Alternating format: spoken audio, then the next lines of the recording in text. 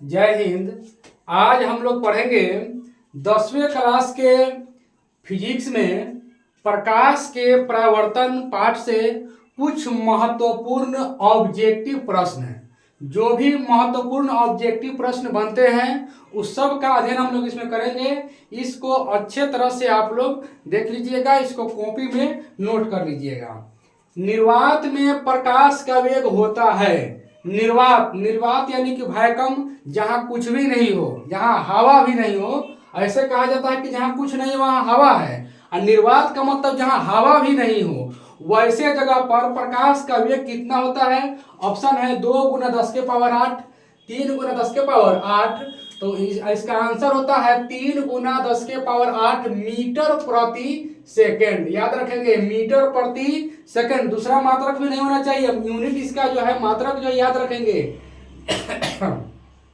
निर्वात में प्रकाश का वेग 3 × 10 के पावर 8 मीटर प्रति सेकेंड इसका आंसर होता है।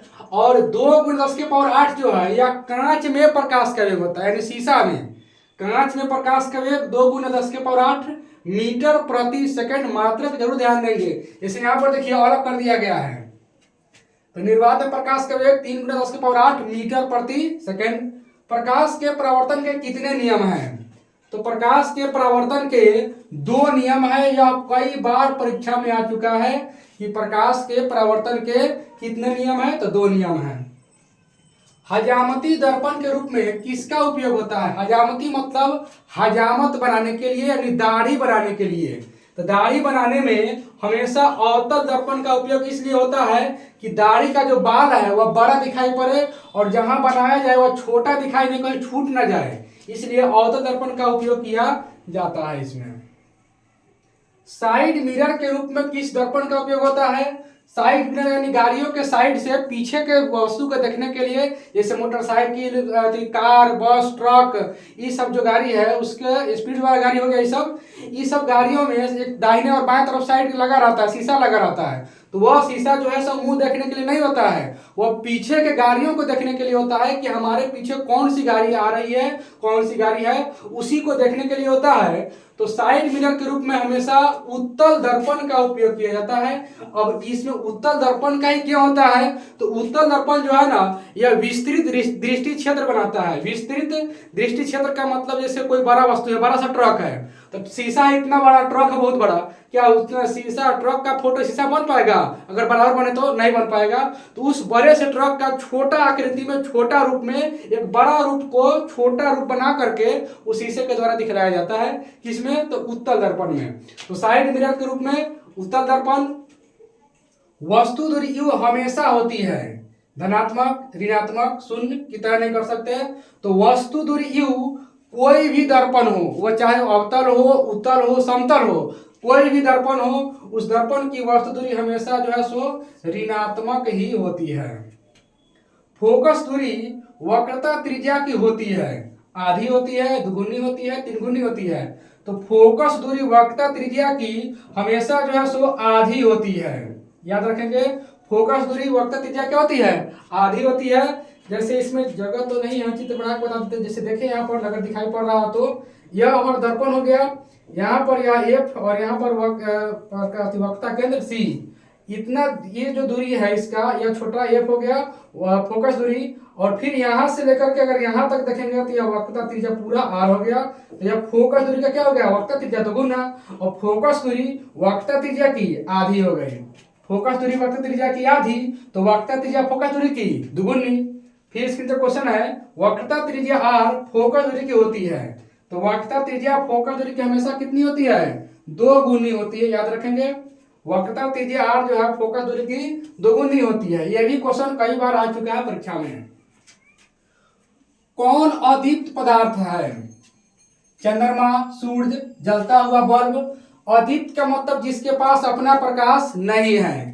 चंद्रमा के पास अपना प्रकाश नहीं है, यह सूर्य के प्रकाश से परावर्तित होकर दिखाई पड़ता है, सूर्य का अपना प्रकाश है, जलता हुआ बल्ब का अपना प्रकाश है। इसमें आंसर जाएगा चंद्रमा। देखिए यह भुलियाने वाला क्वेश्चन है, ऐसे देखने पर बहुत सारे बच्चे बोलेंगे नहीं चंद्रमा तो प्रदीप्त है, अदीप्त नहीं है। लेकिन चंद्रमा जो है सो अदीप्त पदार्थ है, क्योंकि इसके पास अपना कोई प्रकाश नहीं होता है। कौन पारभासी है? पारभासी का मतलब जिसे आधा अधूरा दिखाई पड़े, पूरा फ्रेश दिखाई नहीं पड़े। जैसे इसके उदाहरण हो जाता है तेल लगा कागज, कुहासा, पर्दा। इसमें कौन आंसर हो जाएगा? तेल लगा कागज इसका उदाहरण हो जाएगा। किस दर्पण में हमेशा वस्तु से छोटा, काल्पनिक और सीधा प्रतिबिंब बनते हैं? कौन ऐसा दर्पण है जिसमें हमेशा वस्तु छोटा, कभी भी बराबर नहीं बनेगा, बड़ा नहीं बनेगा, वास्तविक नहीं बनेगा? तो वह दर्पण जो है हमेशा उत्तल होता है। उत्तल दर्पण में कभी भी वस्तु से बड़ा प्रतिबिंब बनबे नहीं करेगा, और जब बनेगा इसमें काल्पनिक बनेगा, वास्तविक भी नहीं बनेगा इसमें। किस दर्पण में वस्तु का बड़ा, छोटा और बराबर के साथ साथ वास्तविक और काल्पनिक प्रतिबिंब बनता है, यानी सभी प्रकार के प्रतिबिंब बनता है। बड़ा ही बनेगा, छोटा ही बनेगा, बराबर ही बनेगा, काल्पनिक भी बनेगा, वास्तविक बनेगा, तो वह है अवतल दर्पण। इसको याद रखेंगे, अवतल दर्पण में सभी प्रकार के प्रतिबिंब बनते हैं। सोलर कुकर में किस दर्पण का उपयोग होता है? तो सोलर कुकर में अवतल दर्पण का उपयोग होता है। सोलर कुकर यानी कि खाना बनाने का काम आता है, इसमें हमेशा अवतल दर्पण का ही उपयोग किया जाता है। रोगियों के आंख, नाक, कान, गला इत्यादि के जांच में किस दर्पण का उपयोग करते हैं? तो किसी भी रोगी का आंख, नाक, कान, गला जांचना है तो उसमें अवतल दर्पण का उपयोग किया जाता है, ताकि उसका जो अंदर का जो पार्ट है, जो भी कुछ उसको दिक्कत समस्या है, थोड़ा बड़ा बड़ा होकर के दिखाई पड़े। इसका स्क्रीनशॉट ले लीजिए या इसको नोट कर लीजिए रोक करके।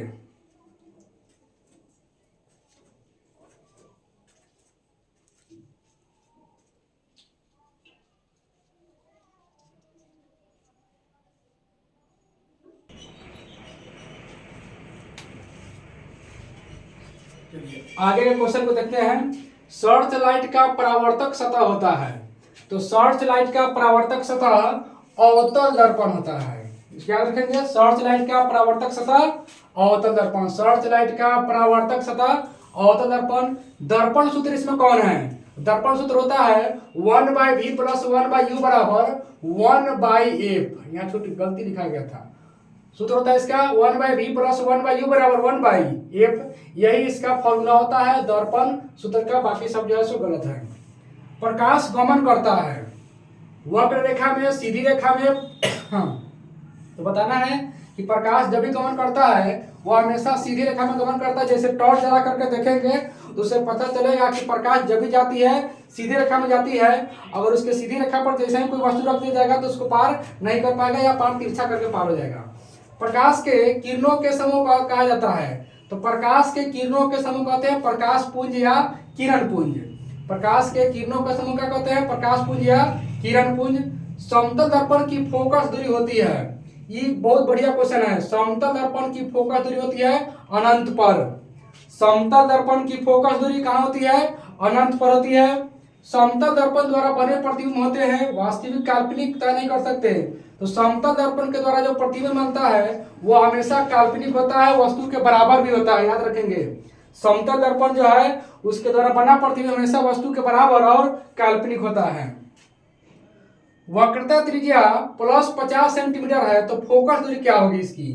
+50 सेंटीमीटर, यानी कि उत्तल दर्पण के बात कर रहे हैं यहाँ पर।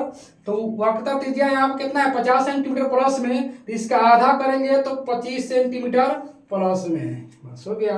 वक्रता त्रिज्या का आधा कौन होता है? फोकस दूरी। अगर फोकस दिया रहता तो उसको दुगुना कर देते तो आंसर आ जाता। अवतल दर्पण की फोकस दूरी होती है धनात्मक, ऋणात्मक, उदासीन। और देखा जाए अवतल दर्पण जो है इस तरह से होता है, और ध्रुव के बाएं ओर की सभी दूरियां क्या होती है? ऋणात्मक, और दाहिने की दूरियां धनात्मक। तो इसका फोकस इधर ना होता है बाएं साइड में, इसलिए इसकी फोकस दूरी ये वाला बाएं साइड का दूरी क्या हो गया इसका? ऋणात्मक। तो अवतल दर्पण की फोकस दूरी क्या होती है? ऋणात्मक। और इसी प्रकार से हो जाएगा अवतल दर्पण की फोकस दूरी धनात्मक, उत्तल की फोकस दूरी धनात्मक। प्रकाश की चाल सबसे अधिक किसमें होती है? तो बताया थे अभी इससे पहले ही कि प्रकाश की चाल सबसे ज्यादा निर्वात में होता है। प्रकाश की चाल सबसे अधिक किसमें होती है? निर्वात में होती है। किसी दर्पण के लिए कौन सत्य है? परावर्तन कोण आपतन कोण से बड़ा होता है? नहीं, यह गलत है। आपतन कोण परावर्तन कोण छोटा होता है, यह भी गलत है। आपतन कोण परावर्तन कोण के बराबर होता है, ये बात सही है। इसलिए इसका आंसर कौन हो जाएगा?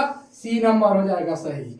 कि कोई भी दर्पण में जब वो प्रकाश परावर्तित होती है तो उसके द्वारा बनाया गया आपतन कोण और परावर्तन कोण दोनों बराबर होते हैं। अवतल दर्पण में वस्तु को कहाँ रखा जाए कि प्रतिबिंब काल्पनिक बने। कोई अवतल दर्पण है और उस वस्तु को कहाँ रखे कि प्रतिबिंब क्या बने, काल्पनिक बने।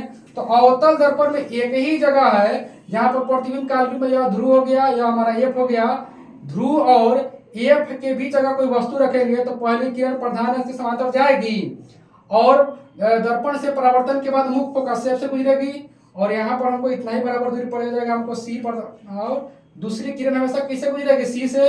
इधर जितना ही आगे बढ़ेगी इसकी दूरियां जो है सो बढ़ती जाएगी और बाएं तरफ इसको दाहिने तरफ यहाँ तक ले आएंगे, यहाँ से इस डॉट डॉट से कल्पना करेंगे तो आगे जा करके मिलता है और यह वस्तु से बड़ा प्रतिबिंब बन जाता है, काल्पनिक बनता है और बड़ा भी बनता है। यहाँ पर काल्पनिक के साथ साथ बड़ा लिख देते हैं, प्रतिबिंब काल्पनिक और बड़ा बनता है, दोनों बात हो जाता है, छोटा नहीं बनता है, बड़ा बनता है।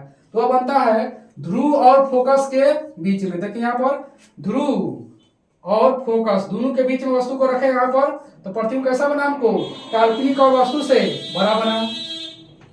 अवतल दर्पण में वस्तु दूरी को कहाँ रखा जाए कि वस्तु के बराबर बने। तो वस्तु के बराबर बनता कहाँ, वक्रता केंद्र सी पर रखेंगे तो वस्तु के बराबर बनेगा। वक्रता केंद्र सी पर रखने पर वस्तु क्या बनता है, प्रतिबिंब बराबर बनता है। एक और क्वेश्चन लिख लेते हैं, जगह है इसमें। उत्तल दर्पण की, इस तरह से उत्तल दर्पण की फोकस दूरी होती है, क्या होती है बताइए। तो उत्तल दर्पण की फोकस दूरी धनात्मक होती है, याद रखेंगे। उत्तल दर्पण की फोकस दूरी धनात्मक, क्योंकि उत्तल दर्पण इस तरह से होता है और ध्रुव से जो है यहाँ पर दाहिने की दूरियां सभी क्या होती है, धनात्मक। तो उत्तल दर्पण की फोकस दूरी धनात्मक, अवतल की फोकस दूरी ऋणात्मक।